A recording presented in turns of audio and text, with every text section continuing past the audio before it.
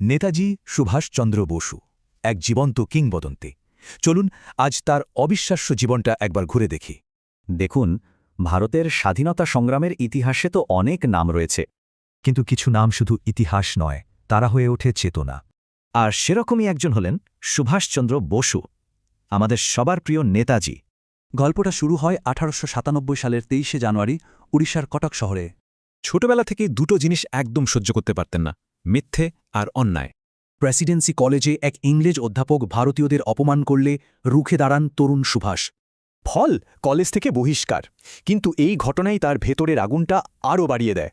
শুধু তেজ নয়, মেধাও ছিল প্রখর। আইসিএস পরীক্ষায় তার র্যাঙ্ক ছিল চতুর্থ।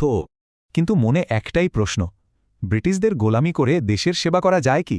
ব্যাস, সেই লোভনীয় চাকরি তিনি হেলায় ছেড়ে দিলেন, হয়ে উঠলেন গণনায়ক। দেশে ফিরে গান্ধীজির অনুপ্রেরণায় তিনি কংগ্রেসে যোগ দিলেন।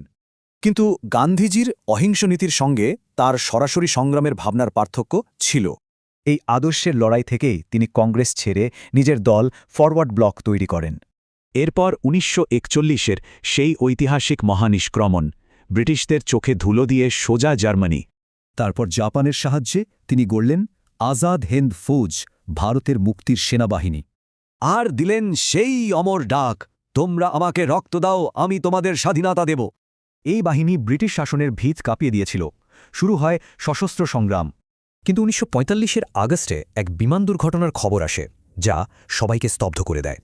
কিন্তু প্রশ্নটা আজও রয়ে গেছে, নেতাজি কি সত্যি সেই দুর্ঘটনায় মারা গেছিলেন? সরকারি মতে তাইওয়ানে প্লেন ক্র্যাশ, কিন্তু দেহাবশেষ মেলেনি।